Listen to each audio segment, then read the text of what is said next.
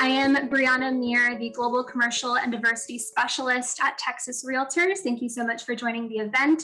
And I'm going to hand it off to our Texas Realtors 2021 Chairman of the Board, Marvin Jolly, to kick us off. Thank you, Marvin. Thank you, Brianna. Good morning, everyone, and welcome to Travel with Texas, a virtual trade mission with Mexico.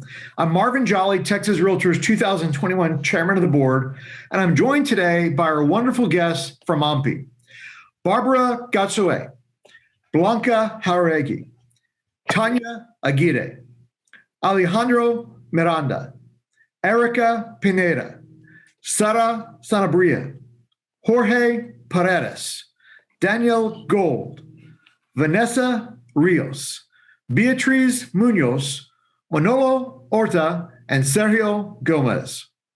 We're also joined today by Betsy Sachs, NAR Manager for Global Businesses and Alliances and Engagement, and my good friend from North Texas, Brenda Taylor, your 2021 Texas Realtors Global Committee Chair. Thank you to each and every one of you for your contribution to this trade mission. I'd like to give a special thanks and warm welcome to the AMPI team and AMPI members. We're honored to have you joining us here today. We are so fortunate to be the Ambassador Association to a bilateral partner with a reputation of strengthening the real estate industry. On November 14th, 1956, a group of people visualized the need to come together to increase the professional level and thus establish codes of ethics within an organizational framework, which formed the Mexican Union of Real Estate Brokers and Administrators. After transformation and a growing interest in real estate professionalism, on February 16, 1979, the name changed to what is now known as the Asociación Mexicana de Profesionales Inmobiliarios, or the Mexican Association of Real Estate Professionals. AMPI's mission is to bring together professional individuals who provide real estate services in Mexico under a code of ethics. They offer comprehensive training to their associates and protect private property rights. Texas Realtors is delighted to host this global trade mission with AMPI. Make sure you stick around until the end, where there will be an opportunity to meet and connect in breakout rooms. We ask that you keep yourself on mute for the duration of the event. If you have any questions for our speakers, please feel free to use the chat feature at the bottom of your screen. Without further ado, I will hand it over to Barbara Gatsue with AMPI to give an introduction of Mexico's real estate market. Barbara? Thank you very much, Marvin. We're enjoyed to be here with you all, making business between the United States and Mexico. Thank you very much, Marvin. We're going to talk about Mexico real estate market. Mexico real estate market stimulates international investment in every available area, such as in residential, commercial, and industrial. Although we know the real estate business is local, each market center is linked globally by niches and specializations. More than 1,212,000 foreigners live in Mexico year-round for extended periods of time, and the majority of them own property in Mexico. Mexican real estate is enhanced by foreign second home buyers, retirees, and investors. Talking the first group, foreigners, second home buyers, are increasingly looking to Mexico as a market in which their money have more purchasing power, like baby boomers, who expect to maintain an active way of life. Another sector is the resort development, like golf courses, marinas have grown in touristic areas, timeshares, condos, fractionals, condo hotels, and resort clubs are also very popular among foreign buyers. Bottom of that email, as well as the third one is commercial and industrial development that welcomes investment capital in commercial and industrial enterprises. As an example, one of the strongest industrial areas are the Bajío corridor and in the northern part of Mexico called Maquiladoras. The fourth division is workers' remittances. Mexico is the top receiver of workers' remittances worldwide. I would like, if you can change the slide, please, Brianna. We're going to show some of the most popular areas with foreigners, yes, which they love to buy. Here we have, for example, Baja California, in Baja, Loreto, Los Cabos, Cabo San Lucas, San José del Cabo, Todos Santos, Ensenada y La Paz. In Sonora, Guaymas, Puerto Peñasco. The other one, please. Michoacán, in Morelia, Veracruz, Puerto de Veracruz. And I would like to add some others, like in the state of Guerrero, Acapulco, Zihuatanejo, Ixtapa. In Jalisco, we have Puerto Vallarta y Nuevo Vallarta, Lake of Chapala and Ajijic. In Quintana Roo, we have Cancún, Playa del Carmen, Cozumel, Riviera Maya, Costa Maya, and Tulum. In Guanajuato, San Miguel de Allende, Ciudad de Guanajuato, Aguascalientes. In Morelos, we have a very beautiful city, Cuernavaca, Oaxaca, the city of Oaxaca, Michoacán, Tamaulipas, Tampico, Campeche, and Mérida, Yucatan. Can you change it, please, Brianna? We're going to see some laws. Laws do we have to be aware of? There are 4 constitutionally mandated types of land within the country: the private property, original land of the Mexican state, property of the Mexican nation, and social land, which is called ejido. Here we have to have very clear this point.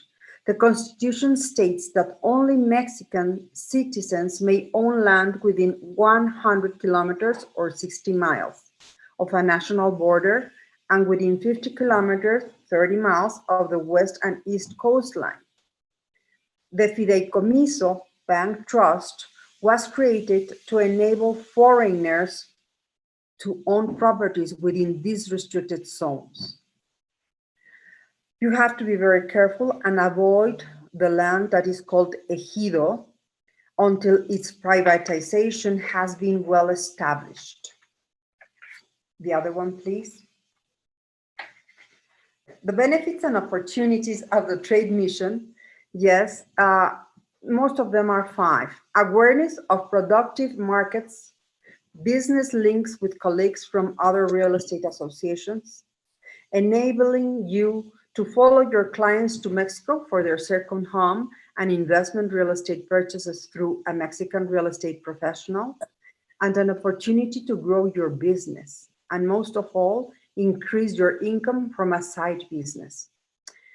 All of this is strengthened, yes, by the good health medical attention at lower cost, financial and credit stability, and the renewal of the free trade agreement. Thank you very much. And we are going to hear Tania Aguirre. Tania, welcome. Good morning, everyone, and welcome to this summary about real estate in Mexico. I'm going to talk about the residential market in Tamaulipas. Can you please the next one, Brianna? Thank you. As you can see, Tamaulipas has an strategic and great location.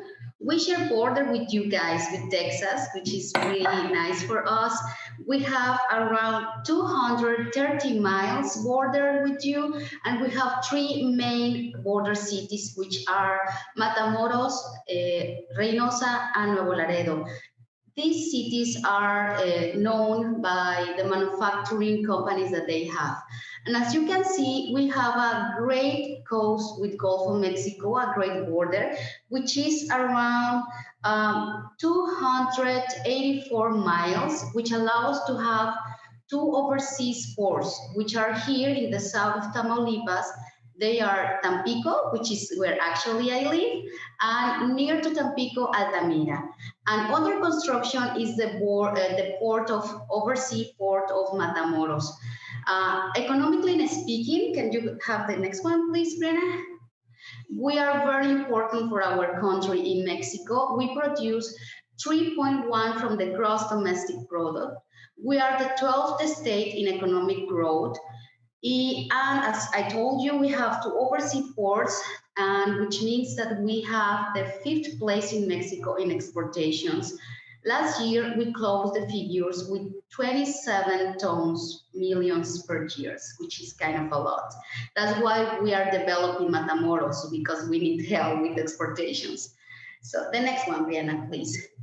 So as you can see, due to these great locations, we have a lot of industry here, especially in the south of Tamaulipas, where I live, and in the north of Tamaulipas, we have companies in the industrial area, especially in the petrochemical area. So we have a lot of people who are workers, and because of this, these people can get credits through different institutions, especially 2 of them, which are Fobista and Infonavit. I think one of my partners is going to talk about this.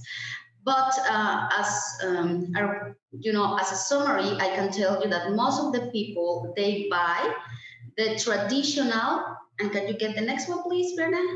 Traditional and middle residentials, which are around, so you can have an idea, middle house can cost around $100,000 US, and this is the most houses that we sell in Tamaulipas. But we are also developing very fast the residential and residential plus. Every time is more and more opportunities to buy these kind of houses. This belongs to a specific social income and economical income. They have higher incomes and they can pay through credit, bank credits, or with cash payments. This residential plus is located in residential neighborhoods with a lot of privacy, with surveillance events, with golf fields, luxury amenities, and they are located in privileged areas. But in the last 15 years, we have been developing luxury condos. Here, for example, in Tampico, we are developing these luxury apartments with amenities very nice, in a great location, and also next to the sea, which is amazing, guys. You have to come and to see this. We have been building these huge apartments and houses in front of the sea, very near where I live, and we are receiving very happy second home people from people that are buying second home from Canada and from United States, because we have a privileged weather. It's almost all the time is warm and sunny. We have just like 3 days cold, and the rest of the time is very nice weather. So the last thing that I would like to tell you is that we are having our national congress from AMPI, from the Association of Mexican Realtors, Mexican Professionals.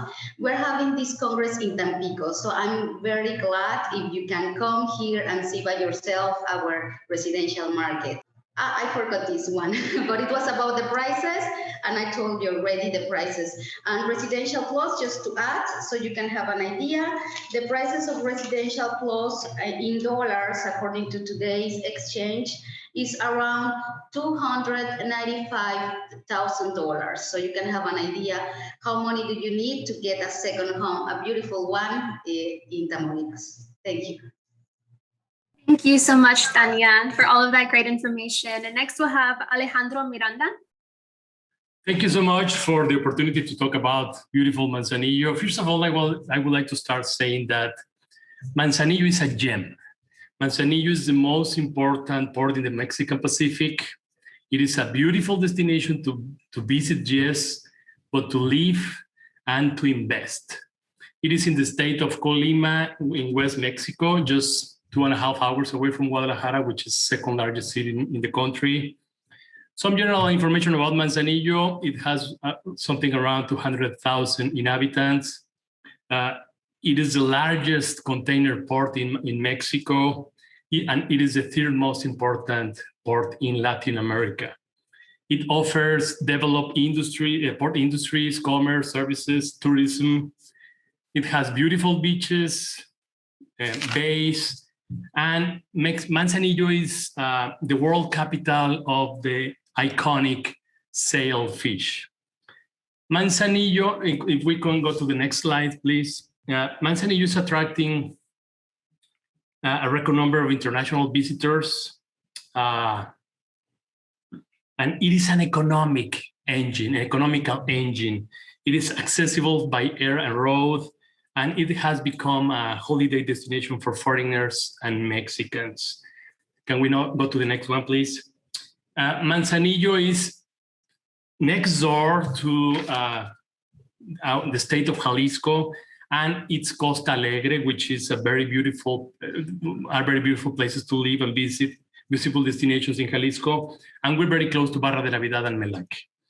Manzanillo is a favorite location for family holidays. The town is relaxed, and it is just a beautiful place. If you're looking for a town that is not that over-commercialized, kind of resort town, this is the place to be. It is a great place also for second home buyers, and it is gaining a lot of popularity among investors. If we can go to the next one, please. Investors are interested in Manzanillo because Manzanillo offers excellent real estate investments opportunities for foreign and local investors who are looking for alternatives. Real estate values and investment opportunities are rising in Manzanillo in the recent years and will be likely to continue to increase as the city gains popularity with cruise lines, expats, and holiday makers. The port is increasing. It has a great volume of containers per year, so it's bringing more people to live to the port, and job opportunities are increasing, and people are coming. So it is a nice opportunity to invest. It is also a nice vacation destination for Mexicans in a tranquil atmosphere. But more than that, new projects are coming to the port this year, in the near future. And this is a place that you can call home. The next one, please. What I would like to say is that I want to offer you 5 reasons to come to Manzanillo to invest. First of all, Manzanillo has great connectivity. It is connected to the most important cities in the US and Canada, and it is very easy to get here by road or air. Second, Manzanillo is very affordable, not only for general living expenses, but for real estate. Actually, real estate here in Manzanillo has very reasonable prices. Manzanillo has a lot, it is safe to live here. We have a lot of the authorities here, the Navy, the Army, and the National Police, the National Guard. So it is very important to live here and feels safe. Manzanillo has also great, amazing, peaceful people, and it is very comfortable to live here. And finally, the 5th reason why Manzanillo is a great destination is because the real estate market is growing. It is affordable to all budgets, and it is a good opportunity to increase our portfolio. The port is growing, so we can invest in commercial and industrial investments. We can also invest. You can also invest in land, in property as a second home, so you can have actually a passive income as an investment where you can rent it. We have rental properties. You can build a community here in Manzanillo. Manzanillo is a place to be. Tell me what you want, and Manzanillo will offer it to you. Thank you so much. Thank you so much, Alejandro. And next we'll have Erika Pineda, but I think first, Erika, we're going to be sharing a video. So I'm going to go ahead and. Thank you.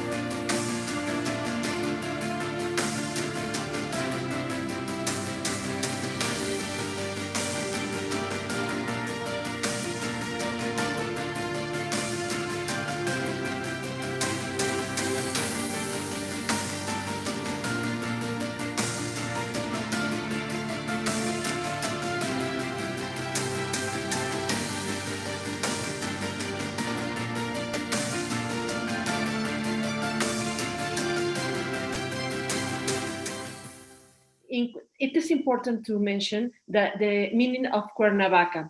The name of the city comes from the Nahuatl word Cuenahuac. The word was derived into Cuernavaca, which means tree together, next to the trees. Cuenahuac was already considered at that time a paradisiacal place due its beautiful climate and its great variety of flowers. It is a true beauty that up to this date, those amazing views prevail. It is one of the cities in the world known as the City of the External Spring, an appellation attributed to Baron of Alexander von Humboldt. Next slide, please. Cuernavaca offers you many good things for your customers. The first of one is true trust through real estate purchase and sale operations through the public faith of notaries of the state of Morelos. Number two, legal security. Our public registry is digitized. Number three, you breathe tranquility when living in Morelos. Number four, quality of life, given the proximity of the places between each other. Number five, invest in Morelos. AMPI Cuernavaca has a wide variety of properties with reviewed files which provide the legal certainty required for all sales purchases. We have a webpage, ampicuernavaca.com, in which you will find the directory of all the members. Number six, we invite you to carry out networking, sure that we can provide interesting options for your clients and above all, the experience of the real estate advisors that make up AMPI Cuernavaca, who will provide support in operations. The association has been concerned with providing constant training and certifications for members. Number seven, Morelos is located in a strategic area for economic and real estate development. We are located within 45 minutes by road from the Mexico City, 1 hour from the Benito Juárez International Airport, which receives flights from all over the world. Number eight, it is important that you know that during this pandemic, Morelos has experienced a real estate boom, since many people have found in its climate and gardens a comfortable place for home school and home office.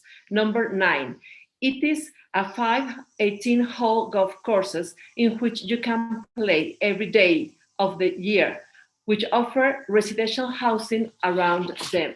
Number 10, in recent years, it has invested in shopping malls, entertainment venues, such as bowling alleys, cinemas, shops, restaurants, hospitals, among others. And number 11, and it is really important that note that given the mild climate of Cuernavaca, there are several housing alternatives for retirees. It is important, the weather. The weather is marked, first of all, because of the altitude. It is 1,800 meters in the north and 1,380 above the sea level in the southern part of the city. There are many canyons. It is about 180 kilometers of canyons, which regulate the climate, the flows of the rains, and determine the climate of the city. Cuernavaca has always been a vacation destination for the inhabitants of Mexico City. Cuernavaca is a point of attraction for people from many parts of the world due to its history, landscape, its color, and excellent climate. Next slide, please. Some places of interest near Cuernavaca are as follows. Tepoztlán, magical place due to its beautiful landscape and combined with the challenge of reaching the Teposteco pyramid. Also in the video, it's the first image, Tepoztlán. Lago de Tequesquitengo has real estate developments. Pyramids of Xochicalco, which also appeared at the video, a true archaeological jewel for its pyramids and in particular its ball court. Las Estacas, natural spa believed to have healing properties. It is important to know the notable residents have lived in Cuernavaca, such as Hernán Cortés, Maximilian of Habsburg, Barbara Houghton, Juan Mariscal, Malcolm Lowry, Manuel Puig, David Alfaro Siqueiros, Rufino Tamayo, Diego Rivera, María Félix, Molly Stein, Elena Garro, Eric Fromm, Andrés Eloy Martínez Rojas, Tamara de Lempica, Iván Eilich, Pamela Tajonar, Cuauhtémoc Blanco, Yuya, Eduardo del Río, Robert Stack, among others. Next slide, please. Cuernavaca is a city with culture and art and history. In Cuernavaca, there are remains of the culture Olmeca, Mexica, and Tlahuicas. There are many places to visit, such as Palacio de Cortés, Cuernavaca Cathedral, Borda Garden, Calvary Spire, Teopanzolco Ruins, Jardín Juárez, Chapultepec Ecological Park, Papalote Cuernavaca, Ethnobotanical Garden of Cuernavaca. Next slide, please.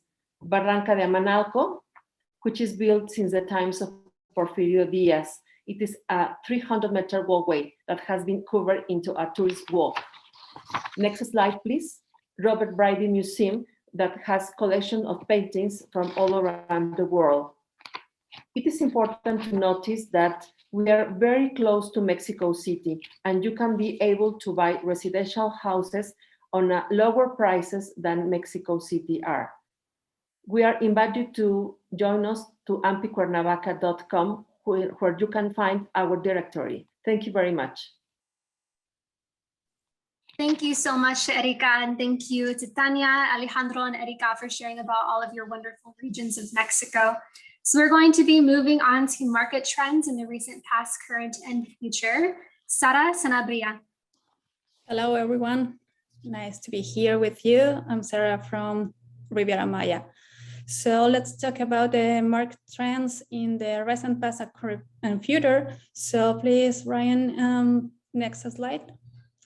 So you can see in this circle with graphics. So according with the 2020 real estate market report, this is how the behavior on demand of the real estate subsector is changing. So as you see, the big area in the circle is residential. The 7% is from land, the 5.7% is commercial, 3% is corporate or enterprises, and the 2% is industrial. Next slide, please. So what is happening during this pandemic situation that everything has changed and moved? So here in the data, you can see how the subsectors are increased, the ranges. It's just explaining what I told you before. So I think the most important thing here is that residential and commercial have changing. So regarding the modalities, we find that the type of operation, there is a preference from rent, 63%, and the sales just decreased 37%. So in the next slide, I will explain why.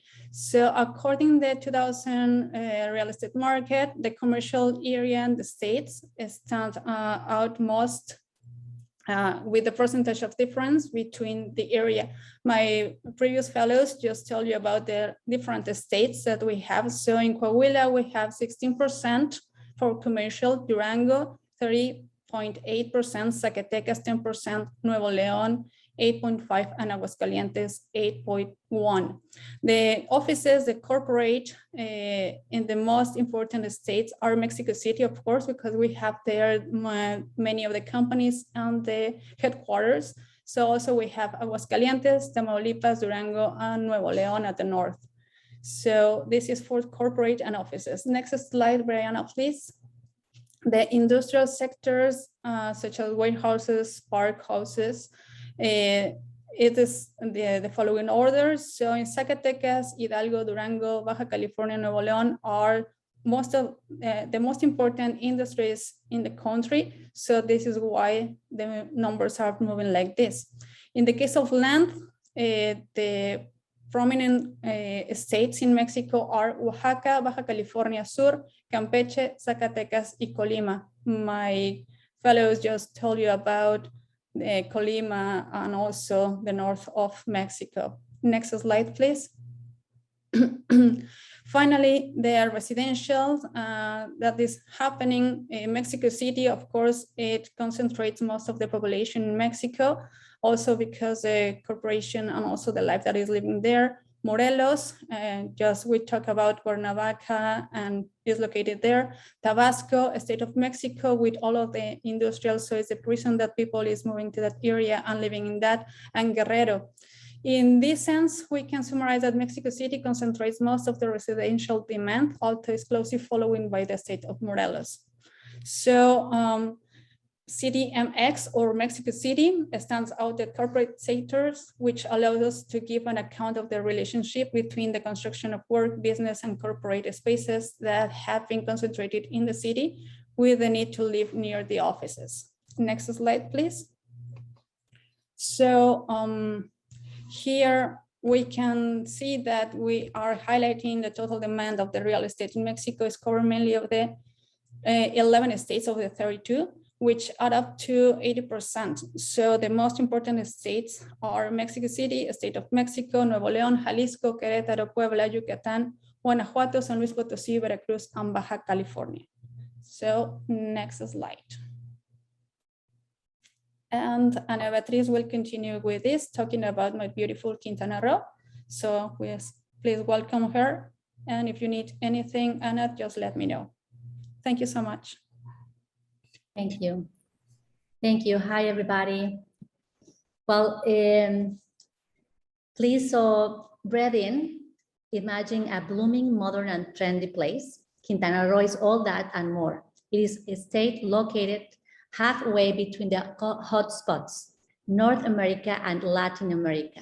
Every day we have around 500 airplanes arriving and leaving for all over the world. I live in a land that has learned to cherish its natural wealth and beauties and has become a world-class tourist destination in just a few years. A spot plateful with opportunities, culture, and entertainment, offering a quiet life facing the Caribbean Sea. Also, is investment-friendly environment in which legal protection, transparency, efficient processes, and the easiness for new companies to establish. For example, now we have more than 4,000 foreigners company in just 50 years. So I will be happy to receive you in Cancun, the most luxurious place with the best turquoise water in Quintana Roo. Your clients will find everything they need for a life focused in wellness. So next slide, please. Yeah. No, the other one.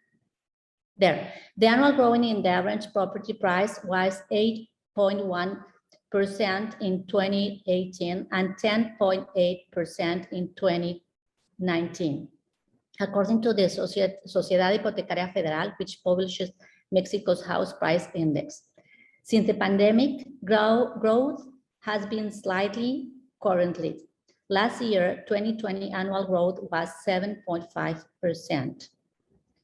Tulum now has a population of around 40,000. Prices in Tulum range from between 2,000 to 4,000 per square meter, compared with 380 to 7,000 per square meter in Playa del Carmen, according to Sotheby's International Realty. Also in Cancun, we have these prices, 7,000 per square meters. Younger buyers are particularly key on studio apartments where they will work from home and then rent out when they leave. As you within walking distance of the beach sells for around $100,000. Next. Okay, the market in Tulum is largely dominated by pre-sales and buyers who are prepared to make a larger deposit can get a significant discount. These discounts were usually between 2 and 7%, depending on the size of the down payment, but now could be higher.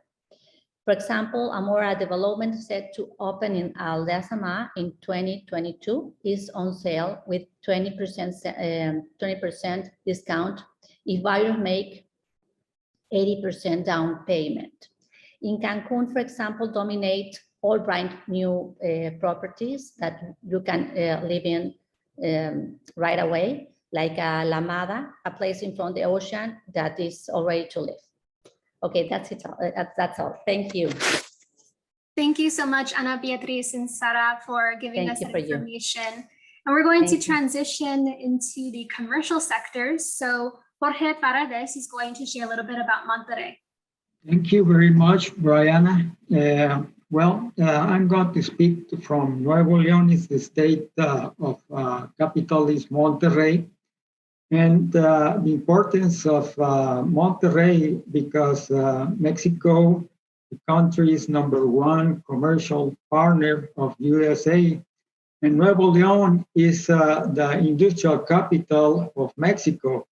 Nuevo León is the greatest business hub in our republic, and we need to speak something about this area. Please, next slide. Well, the first thing I have to tell you is that we are like in Nuevo León is in the road, like a Silk Road or something like that, because we are in 70% of the import exports from Mexico come through Nuevo León, through Monterrey. And the reason is why, because we have a lot of connections here, and we are the port of entry of the import exports of our country. So that is an important fact that you have to know. And the other thing is that we are just behind Texas, and Texas is our largest trading partner of Texas is Mexico. So it's important to know that Nuevo León is the real estate industry is very important because we are #1 home sales in the country for the last 6 years in a row. And that's why we have a great real estate sector here in Nuevo León.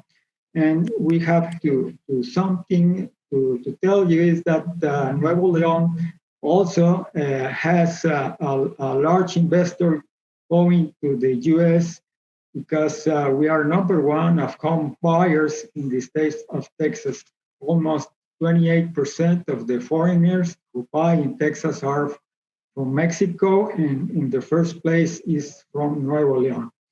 So I would like to speak something about Nuevo León state, particularly to Monterrey, the capital of industrial sector in Mexico. Next, please. So we are in the Northeast, just or behind Texas. We are in the Northeast region, and Nuevo León is the state with almost 6 million population. Almost everybody lives in Monterrey, and the other small cities are surround the metropolitan area. We have about 12 cities surrounded by Monterrey. Next, please. So you can see here why Nuevo León is the greatest importance to the world, because we have a lot of connections by air, by port, by highways, by train. So it's a very good location. We think that the location is the #1 reason that Nuevo León is of great importance to the USA and to the Mexican economy. Next, please. Are you seeing this slide? You can see that Monterrey, Nuevo León is the foreign direct investment leader in Mexico. Monterrey, Nuevo León, we have a lot of investment coming from all over the world. Almost $60,000 billion came to Nuevo León in the last 5 years. So you can see the importance to the economy of Mexico, of Nuevo León, in particularly to Monterrey metropolitan area. Next, please. You can see why Monterrey, the foreign direct investment destination, we are in the #1 in manufacturing industry, with almost 65% of all the investors that came from all over the world to invest in Nuevo León, in Monterrey, to establish industries, are settled in the metropolitan area of Monterrey. And the other sectors of importance are commerce, energy, construction, financial service, and IT and software. Next, please. The #1 country that invests in Nuevo León in Mexico, we are getting about 211 projects of United States in the last 5 years. 58 came from South Korea, and 27 came from Japan, and then China with 23 major project investment in the last 5 years. Next, please. So you can see here which great corporations are established here in Nuevo León. We have more than 4,000 foreign capitalist companies in Monterrey. And you can see a lot of brands that you know very well over there in the States. So that you can have an appreciation of what is going here, doing the industry of global companies, investing here in Nuevo León, investing here in Monterrey, like the capital industry of the country. Next, please. Also, Monterrey, Nuevo León is the #1 in industrial parks in all the country. We have more than 140 plus industrial parks here in Monterrey, in the metropolitan area.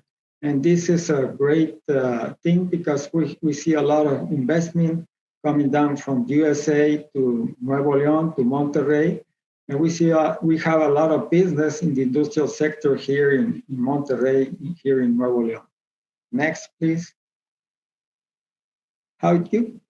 This is important to know that here in Nuevo León, this is all the cities surrounded Monterrey. You have Santa Catarina is a city next to Monterrey, San Pedro, Guadalupe, Apodaca, Escobedo, Salinas Victoria, Ciénega de Flores, Pesquería. In Pesquería, we have a great automaker plant of Kia and Hyundai. So how you see, it's a lot of cities next to Monterrey that are part of the investors that are doing investment here in Nuevo León. And also it's important to know that here in Nuevo León, we have a land cost, different prices here. In the land cost, you have from average from about $35 a square meter, almost to $160 a square meter. If you want to know the square feet, you can divide it by 10, and you almost get the square feet price of these prices that I give you. And also the land, the whole sale, the warehouse, please, are in this range of price. You can see what the range of price of here of the warehouses in Nuevo León, in Monterrey, are almost from $3.85 to $6.20 a square meter. And if you divide by 10, you can get the price in the price of this of this warehouse. By 10, you can get the square feet value also. So it's important to know that Monterrey is growing very fast. The reason why is because we have a lot of investment coming from all over the world to establish industry here in our place. So I can tell you about a lot of things of happening here in the Monterrey hub of business hub that we have here in Monterrey, and it's the great importance that is in this state because we have a capital of industry in Mexico. Thank you very much. Appreciate it. Yes, good morning, everybody. Thank you, NAR. Thank you, Texas Realtors, for having me. My name is Daniel Gold, and I will be talking to you about our part of the world. Next slide, please. The Yucatan Peninsula is located at the southeastern part of Mexico, between the Gulf of Mexico and the Caribbean Sea, and it encompasses 3 states, Campeche, Quintana Roo, which we've heard from, and Yucatan. Next slide, please. Yucatan in the center nestles in the crater left by the asteroid that killed all those dinosaurs a few million years ago. And its population is about 2,321,000, according to the 2020 census. The capital is Mérida, and which is a bustling and growing city of about 1 million people right now, which makes us the 12th largest city in Mexico. About 60% of our population is economically active and with an average age of 30. Our population, however, is growing rapidly, and we're expecting to have about 20 to 30,000 new families by the end of the year, and they're both foreign and domestic immigrating into Mérida. Next slide, please. The causes for immigration and why so many people are coming is because of the pandemic now. With a home office, you can work from anywhere, and Mérida is a good choice. People are coming here looking for lower cost of living, for its security mostly and safety, warmer weather, first-class medical services, renowned education, super interesting culture, amazing recreation and adventure tourism, delicious food, one of the best in Mexico, and in the case of national immigrants, job offers. And of course, the first reason everybody's coming is to invest. So why invest in Yucatan? We're strategically located midway between North America and South America, and across the pond from Europe. We have very good economic incentives. The government is now offering both fiscal incentives and in regards to business setup times, it's becoming expedite. Now, almost 3% of growth job only last year, even during the pandemic, with over 20,000 new jobs were created. The port of Progreso is only 22 miles from Mérida. It's a deep sea port that can handle both cruises and cargo ships. And it's about 3 days by sea to Galveston.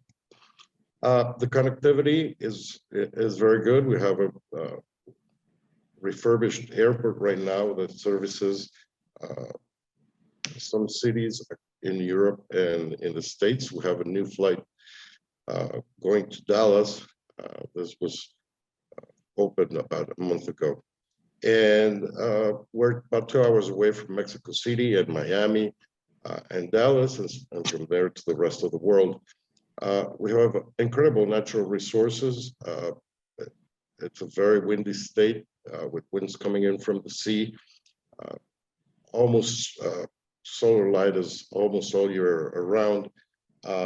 And we had a hard bedrock soil, which is flood free and provides cheap building materials and a bunch of underground rivers and sinkholes called cenotes. We have a large electricity grid and natural gas ducts. The industrial development has been extraordinary in the past 2 years and increased with 75 new projects since 2019. The colleges and universities rate top 10 in Mexico. And the most important part is our security. Mérida is one of the safest cities in the world, safest city and second safest city in America, only second to Quebec. And the crime rate here is as low as any city in Switzerland or New Zealand. So that is amazing in regards to the context of Mexico. Now, all the projects that have been investing in the industries, those 75 new projects are in varied industries, anywhere from aerospace and aeronautics to shipyards and textile and tourism. Next slide, please. Now, we've been recognized by the Mexican Institute for Competitiveness with a 9th place in formal employment, with an increase of 2.6% only last year. In economics, we're in 9th place. Also, innovation rates, 8th place in the country. We're 7th place in foreign investment, with a boosting 74.4% just in the past year. The government rates 6th in Mexico, with a very good job being done these past 2 years. We're 6th place in economic growth, 1.6%, even during the pandemic. We're 7th. We're 7th. We're 4th place in manufacturing growth, with 4.7% increase last year. The work environment also rates 4th in the country, and number 1 is the personal increase in manufacturing and export sectors, with an incredible 67.3% increase, and also regarding the law in the state, we're the safest state to invest because of our security and law practices.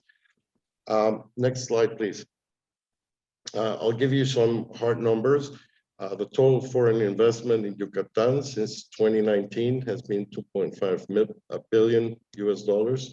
Manufacturing is up 5%, and exports are up by 7%, for over $1.5 billion in revenue.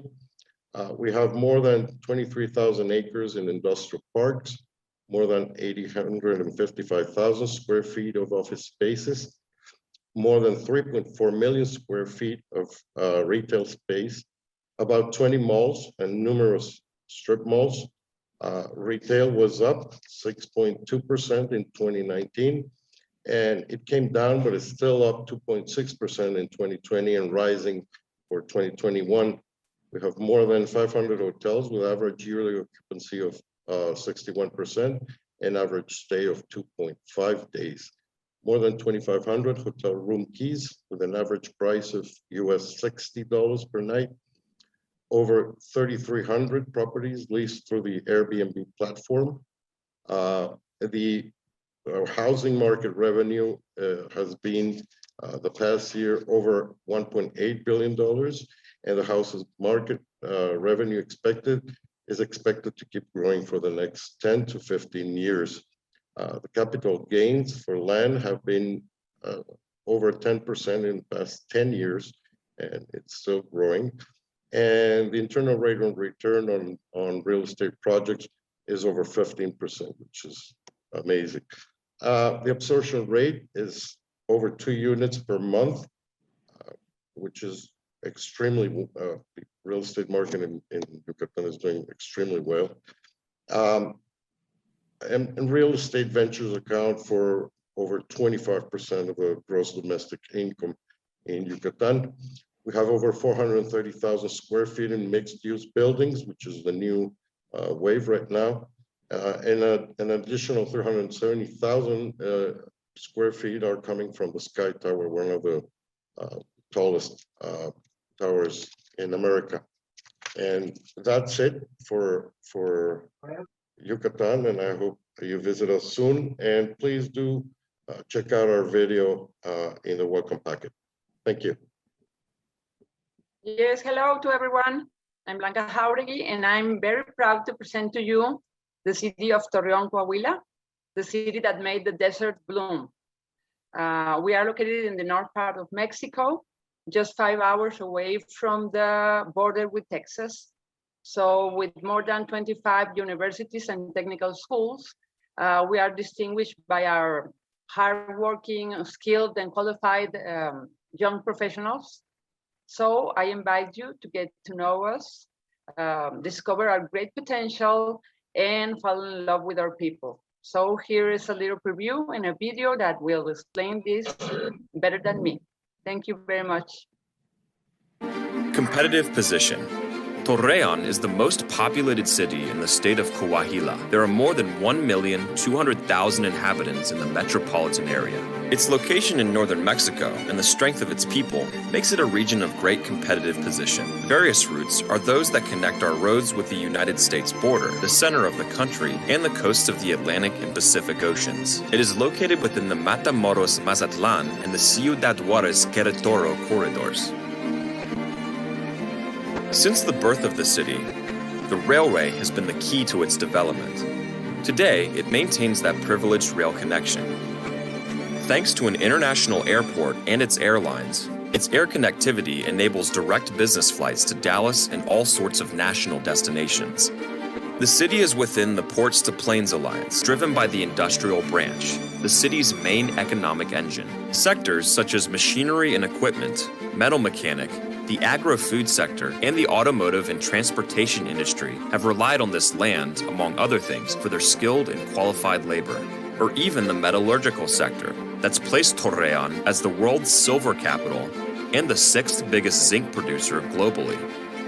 A land that conquers adversities, that assumes the challenges of the present. Foreign investments. The geographical and human qualities of Torreón have consolidated great economic relations with leading companies worldwide. A clear example of these synergies of work is the success of John Deere, Caterpillar, and Yura, among others. Automotive, Linamar, Sumitomo, Yakata, Yura, Henniges, Cooper Standard, Lear, Joyson, Yazaki.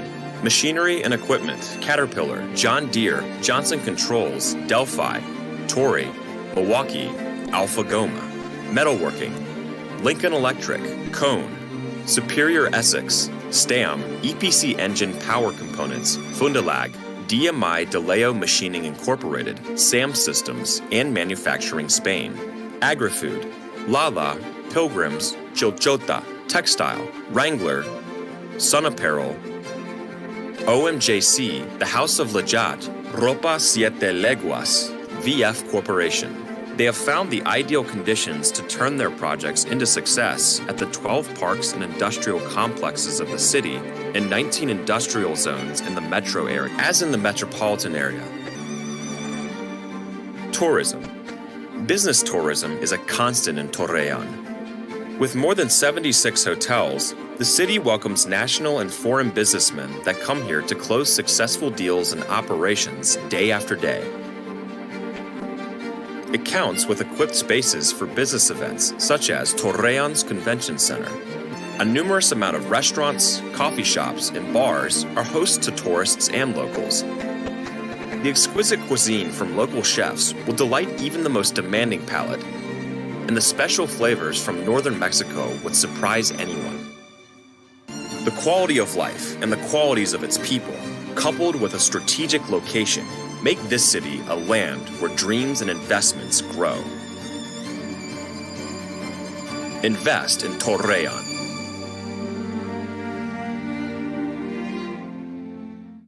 Thank you so much, Blanca, for sharing that wonderful video with us. So I believe we are moving right along to the transaction process. So we will be bringing on Vanessa Rios to share a little bit about that with us. Hi, everyone. I would like to introduce you to my friend and colleague, Bea Mendoza. She will start to sharing some important information with you, and later on I'll be with you. Hi, good morning, everybody. Thank you for joining this virtual Zoom. So we will talk about the financing in the area. This time in Mexico, there is not financing or mortgage options for foreign buyers. There is a process if you want to get it, but for foreigners, it's not available at this moment. This is a cash market. So what we recommend to everybody is that get financing at home with a better interest rate as well. So we can find in the area some developers that offer direct financing, starting around 6% interest rate annually and up, and a few companies that are offering around 8%. So these are the options that any foreigners can find in this market. So for everybody, the best advice, get a financing at home. Please, next slide.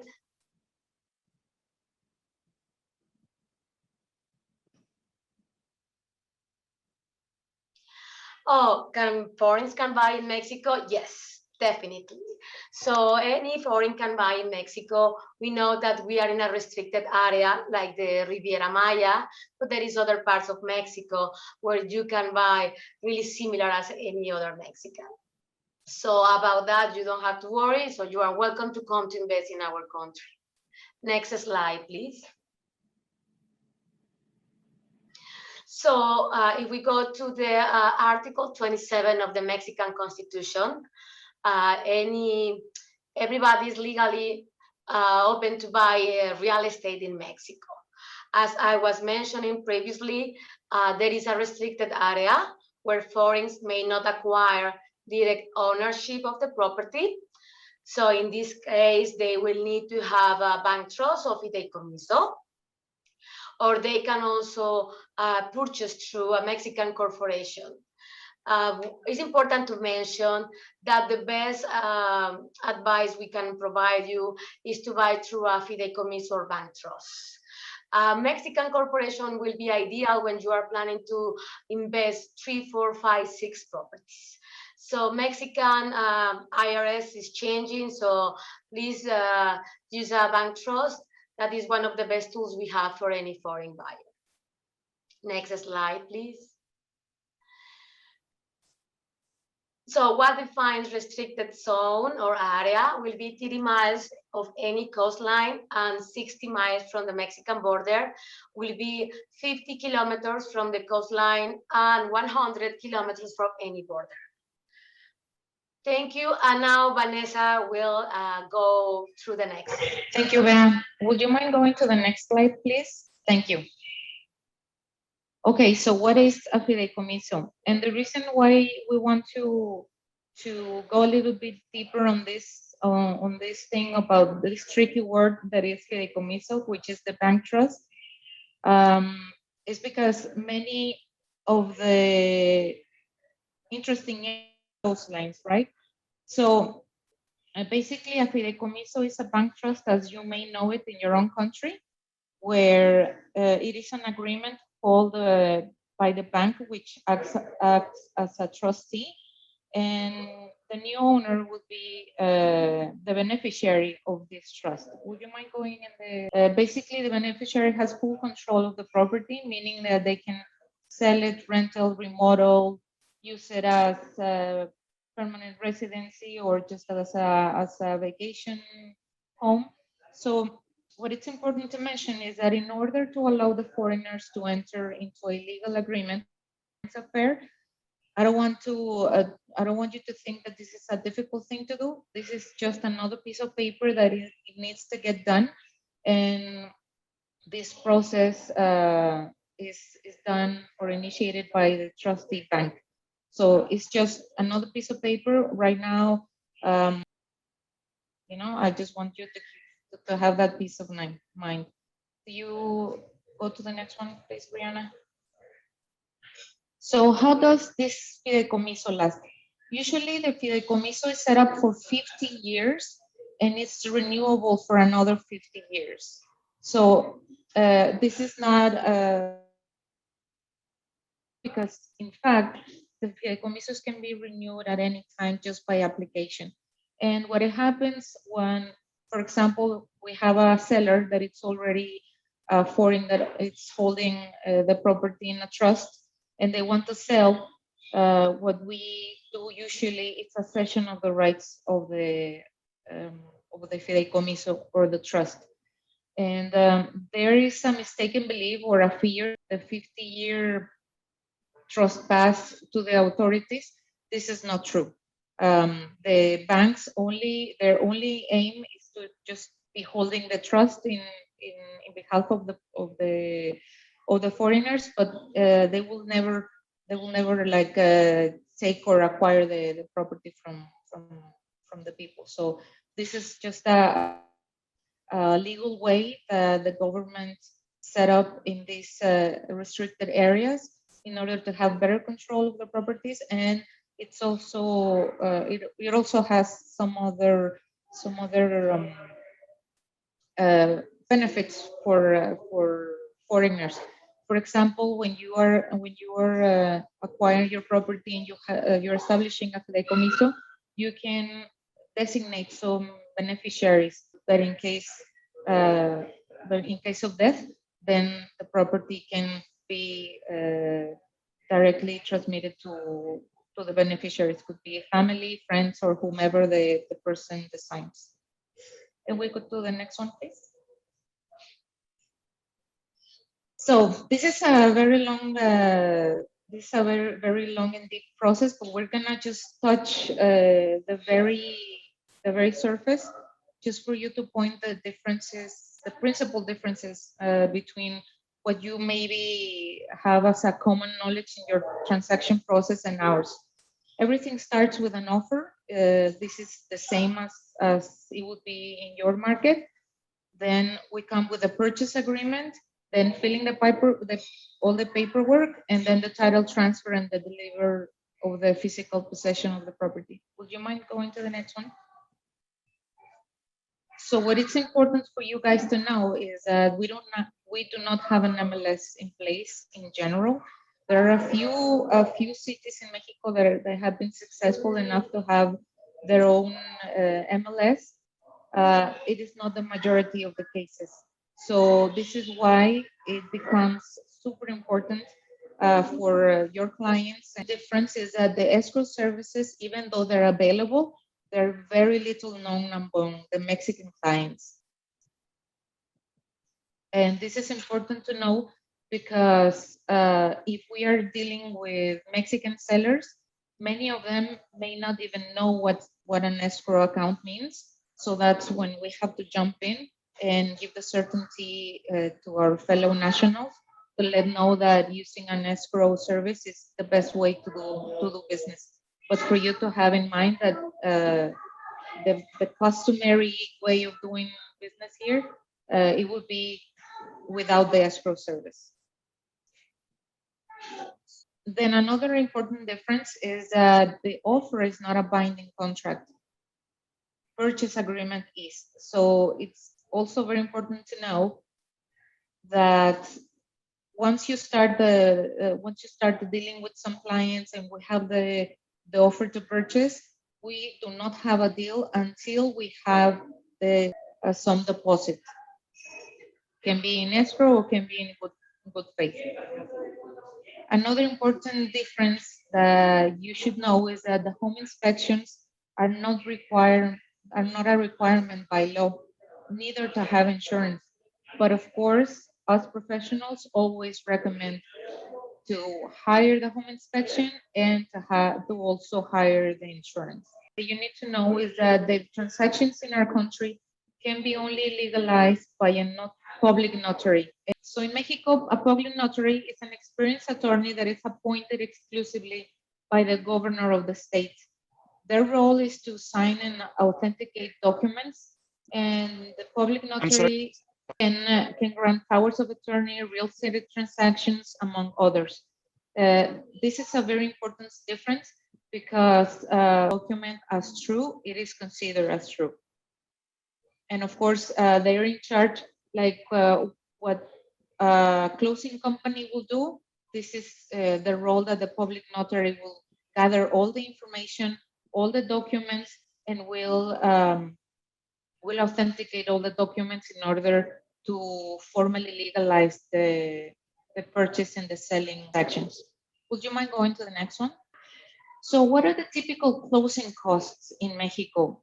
We're talking about, for foreigners, through the bank trust, the average price of the property can be between 6% and 7% of the purchase price.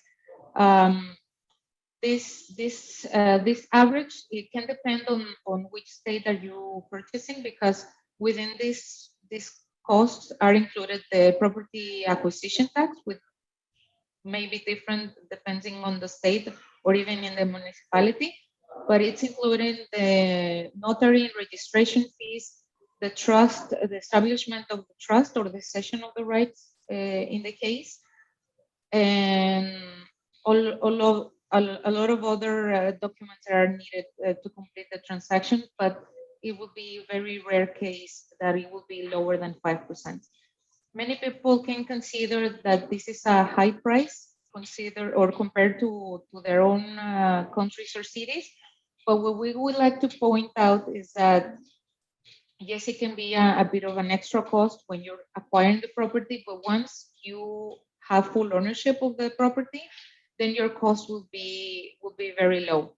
Just to maintain the fideicomiso could be around between $600 per year.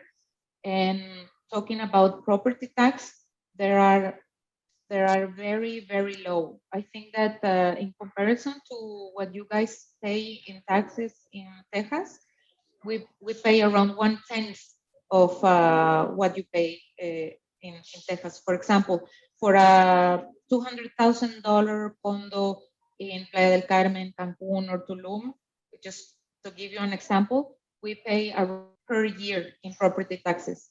So then, if you compare this price among the years, then it makes a lot of sense, and then it is very affordable to own property in Mexico. And I think that's it for me. Thank you so much. Thank you so much, Vanessa. Thank you to all of you wonderful speakers for sharing about Mexico and the regions and commercial real estate and the transaction process. So we will be moving right along to our 2021 Global Committee Chair, Brenda Taylor. But before we do, I'm going to launch a quick poll so that way we can get some trivia going. So of all of the home buyers from Mexico who purchased a home in the US from April 2019 to March 2020, what percentage purchased a home in Texas? Okay, I'm going to share results. So the majority got it correct. It is 28%. And we pulled this from the International Homebuyers Report, which Brenda will be sharing a little bit more about. Okay, well, good morning, everybody, and welcome to, para este evento. Lo voy a hacer en español para todos los que se haga mucho más fácil. Y en este evento, Viajando con Texas, la misión comercial a México. Vamos a hablar sobre comercio inmobiliario internacional en los Estados Unidos y algunas diferencias del proceso de compraventa en diferentes lugares. Primero que nada, empezamos por compartir el reporte de Texas Realtors y de la NAR en el perfil de compradores internacionales en su edición del 2020.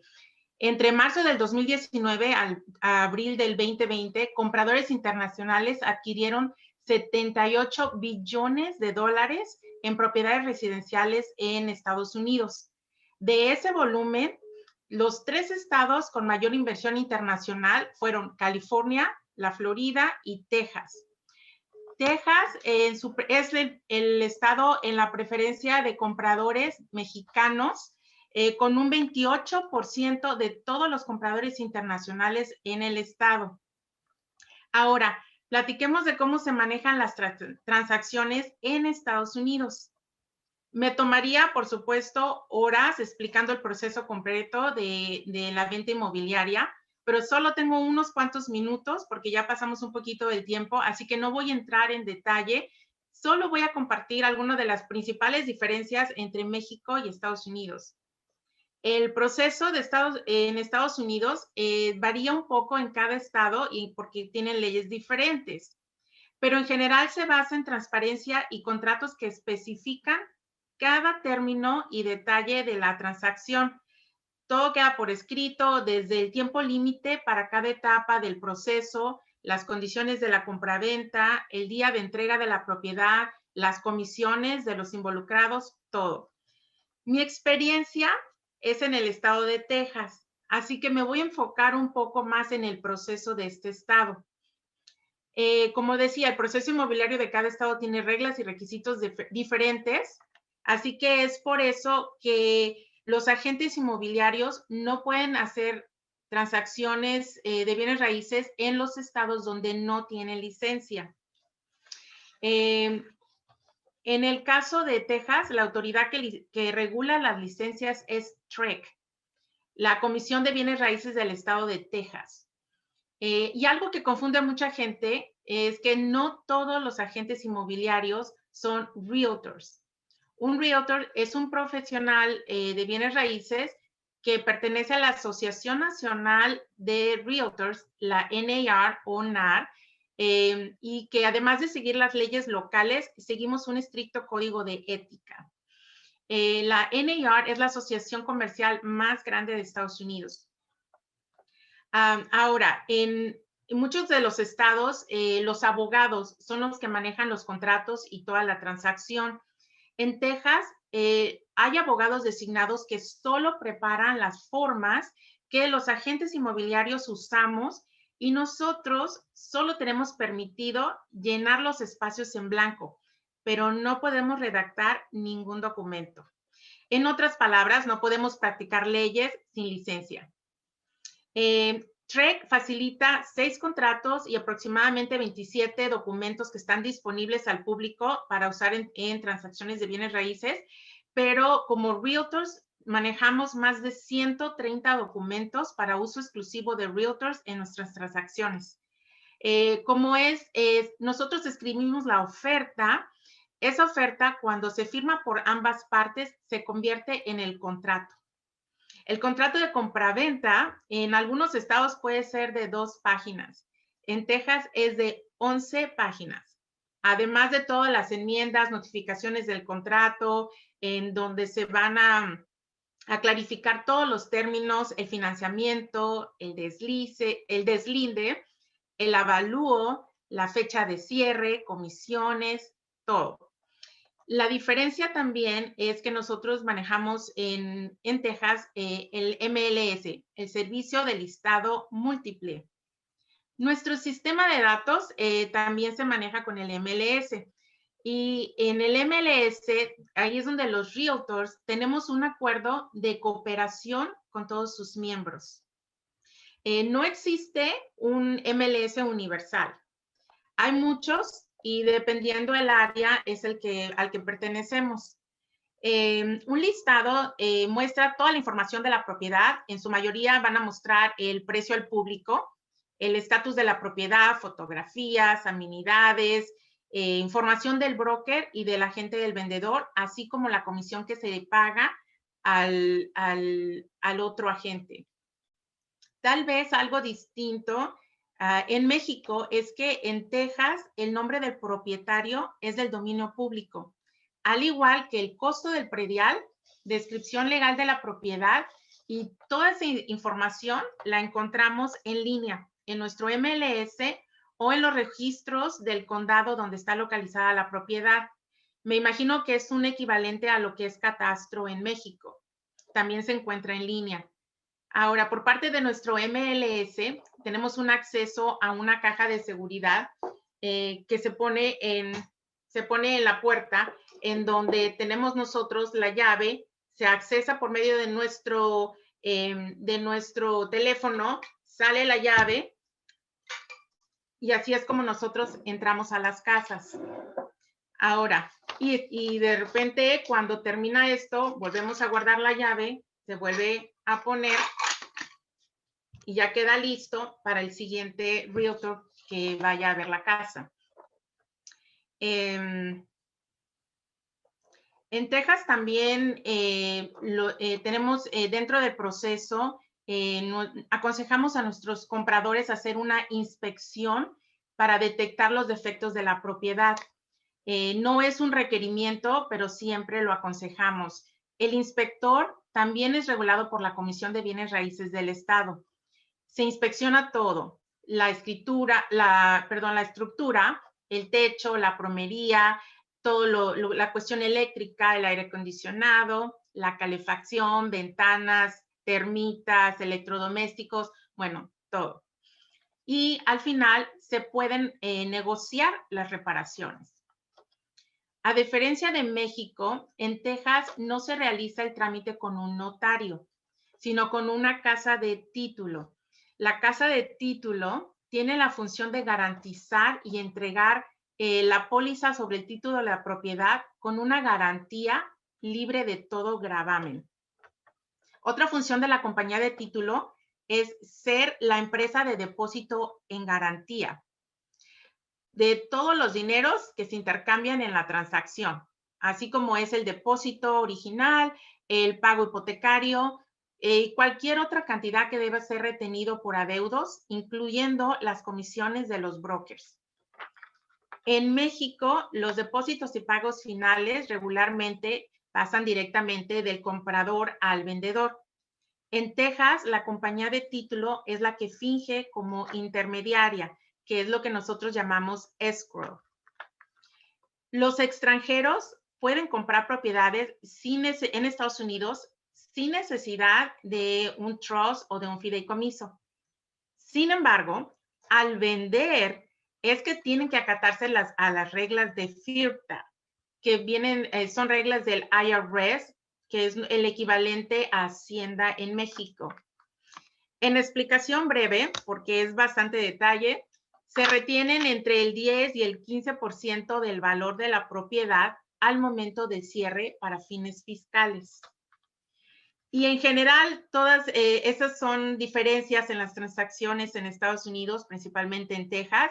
Como les comenté al principio, es rapidísimo por falta de tiempo, pero esperemos que esto les dé una idea de cómo realizamos aquí las transacciones de bienes raíces. Por mi parte, es todo por hoy. Muchas gracias. Muchas gracias, Brenda. Thank you so much for sharing a little bit about Texas real estate with us. And to tell us how to do business in Mexico, we're going to bring up Sergio Gomez. Hello, how are you doing? Hold on, give me a second because I'm looking for my, here it is. Okay, well, I'm gonna talk about, hold on, let me see. Okay, I'm gonna talk about the real estate buying process in Mexico. Well, clients don't know where to get started usually, and well, they need to be savvy where to invest. They need to be careful about their state. This is exactly the reason why you must select an AMPI local expert. Well, there are 4 factors you must consider in the buying process, during this process. You have to consider financial factors, physical, legal, and commercial. If you don't prioritize, it might be a huge mistake in the long term for the client's experience they're aiming for. Besides psychological and social factors, the experience must be a process of joy and certainty. Well, let's talk about some financial factors. Well, if we talk in general, the demographics of Mexico in a very basic manner, we can tell you that we have 130 million Mexicans as population. We have a strong Mexican economy. We have committed entrepreneurs and creative people. We have 40 million Mexicans living across the United States, besides the 10 million Mexicans living across the rest of the world. Well, let's talk a little bit about the loans. Well, no mortgages for foreigners within Mexico. I mean, we don't have mortgages for foreigners unless they can get one in their own country. Mexican mortgages are only for Mexican nationals or for Mexican residents. Mexican mortgages have different cost rates and conditions compared to the US. In a mortgage, the bank can lend up to 85%. That's the most that they can lend. Mortgages are a financial instrument only to purchase a house, an apartment, or a residential land. There's some economic reasons that you must know and about a client. So it's basically what we usually, all the real estate professionals do. Well, we need to know how much is the house worth, what kind of budget the buyers might have, maintenance fees and cost to be aware of, and the purchase process cost and fees. Buyers have a clear idea. The properties must be within their reach. And it's kind of disappointing sometimes to find your dream home and lifestyle and not being able to purchase it because it's out of your range.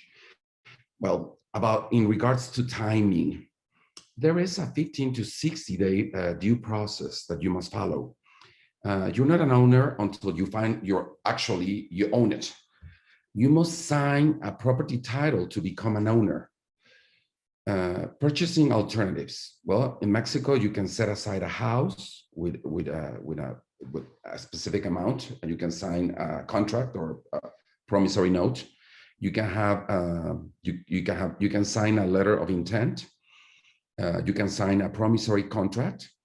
You can buy through a mortgage if you're Mexican or a Mexican resident.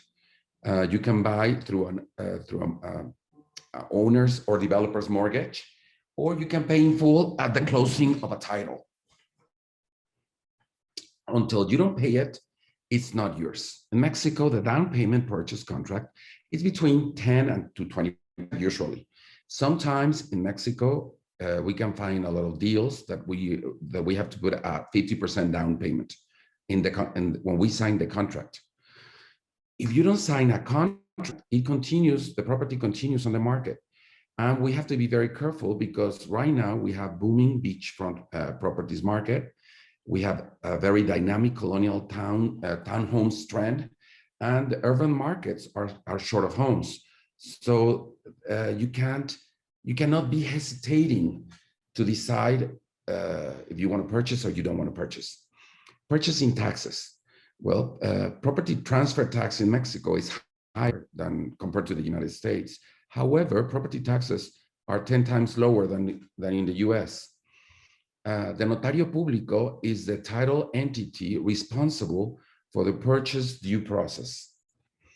We also have escrow companies, transaction coordinators, and settlement companies. However, 95% process is mainly handled within the real estate brokerage. The notario fees and expenses involved. They involve several certifications such as improvement, water, city, lack of encumbrances, certifications. There are other expenses like due diligence and public property registry fees. It's simply, I mean, they add up and it can very transparently can be explained by a notaria. The notaria is the entity that's held by the notario.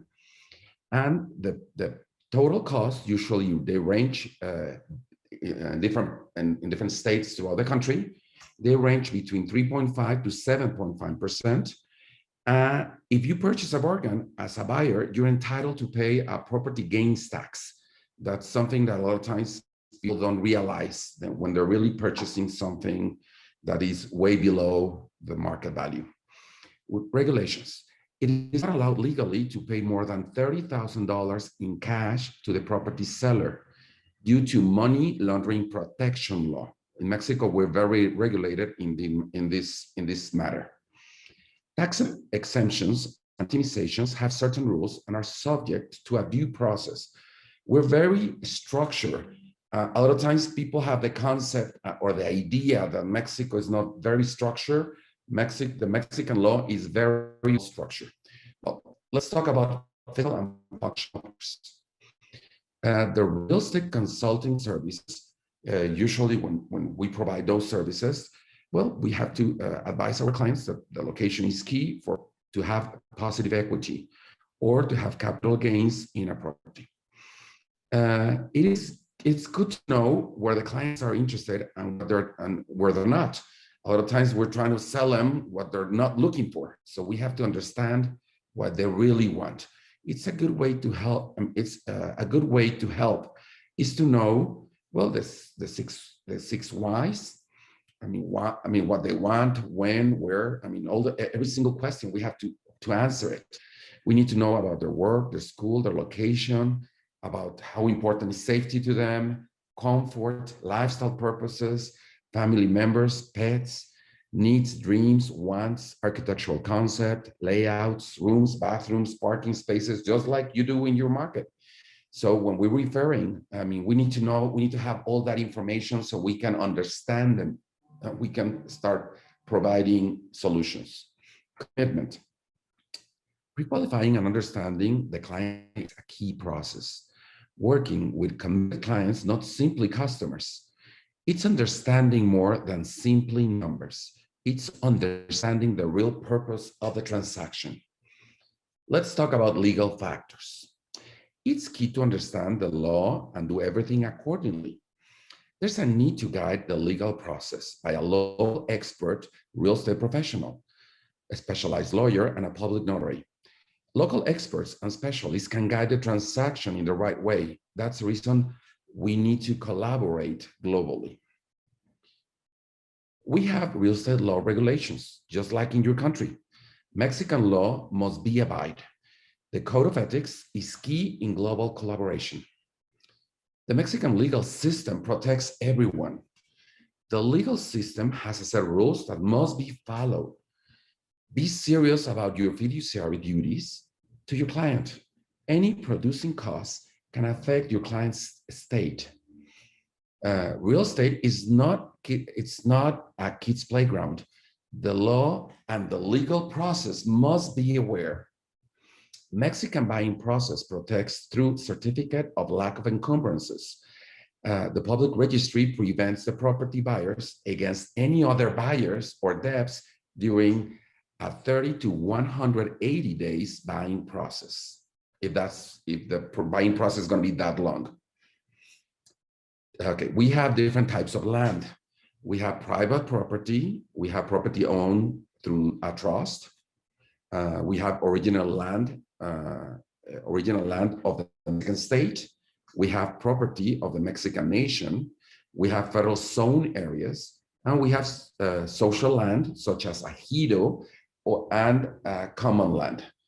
And we have to be careful about it because a lot of times when we hear ugly stories, usually it's because people are buying where they're not supposed to be buying.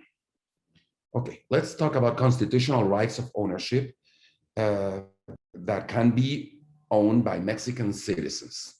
Well, within 100 kilometers from the borders and 50 kilometers from the coastline, you can purchase only through a bank trust if you're not Mexican.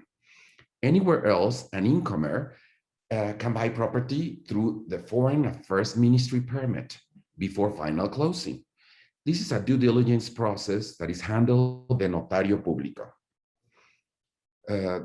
In Mexico, we have different real estate ownership forms. We have sole proprietorship. We have co-ownership, we have community property, we have trust, we have partnerships, we have corporate ownership, we have cooperatives, and we have common law. In some ways, we are very similar, but in some other ways, we're very special because we're a mixture of Roman law. We have a lot of influence from the States, but we also have a lot of influence from our history. Ejido land and commoner lands is colonial era indigenous community land holdings. There's a special due process in every single state to privatize. Until privatization process is well established, you cannot purchase it. You have to be very careful. Okay. You have to be careful on some legal controversies. Buying legal problems have a price. Avoid buying legal disputes and foreclosures, rental conflicts, unfinished testamentary process, possession dilemmas, lack of legal documents, unclear property ownership, legal conflicts, structural damage properties. Public property registry guarantees and protects.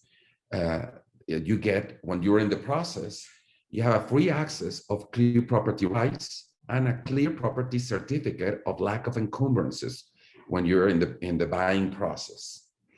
Restrictions such as easements, regulations, zoning, land use, heights, architectural regulations, historical preservation, design context, and ecological regulations must be abided. Contracts.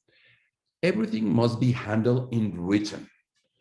Even though there's this belief that in Mexico we do everything by the word, everything must be handled in written through a legal process accordingly. We do not have promulgated contracts. And this is very important for you to understand, because in the United States, all your contracts are promulgated contracts. And here it's a different story. Every kind of contract is customized to transaction conditions. Each contract is structured accordingly to each state's civil code.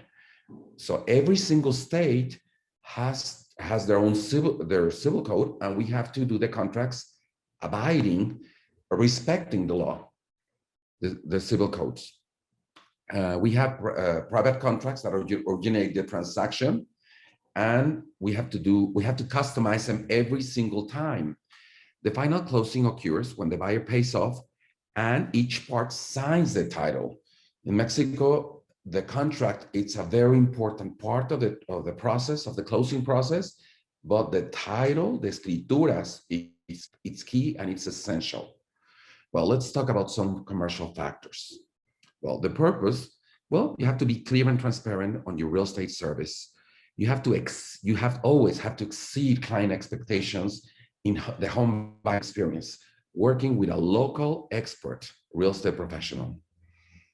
There's some global fiduciary duties of our real estate professionals. They're the same that we have all around the world. And their obedience, their loyalty, disclosure, confidentiality, accountability, and reasonable care. And it's important to get advice from your local experts in regards to legal issues, to market conditions, to comparative market analysis, to similar closed properties, to fair price and market value, to legal issues, to inventory, to wise decision-making investment, to external conditions of capital gains, to capital gains forecast, to neighborhood, demographics, and evolution, to flipping homes market, and to every single aspect, we must be involved. A local real estate professional can do a huge difference in a global market. So mainly, I hope these words that I share with you help you to understand the buying process in Mexico. Thank you so much. Buenas tardes, mi nombre es Betsy. Les quiero enseñar unos cuantos de los recursos que nosotros tenemos para los miembros. Voy ahora a darle a mi página.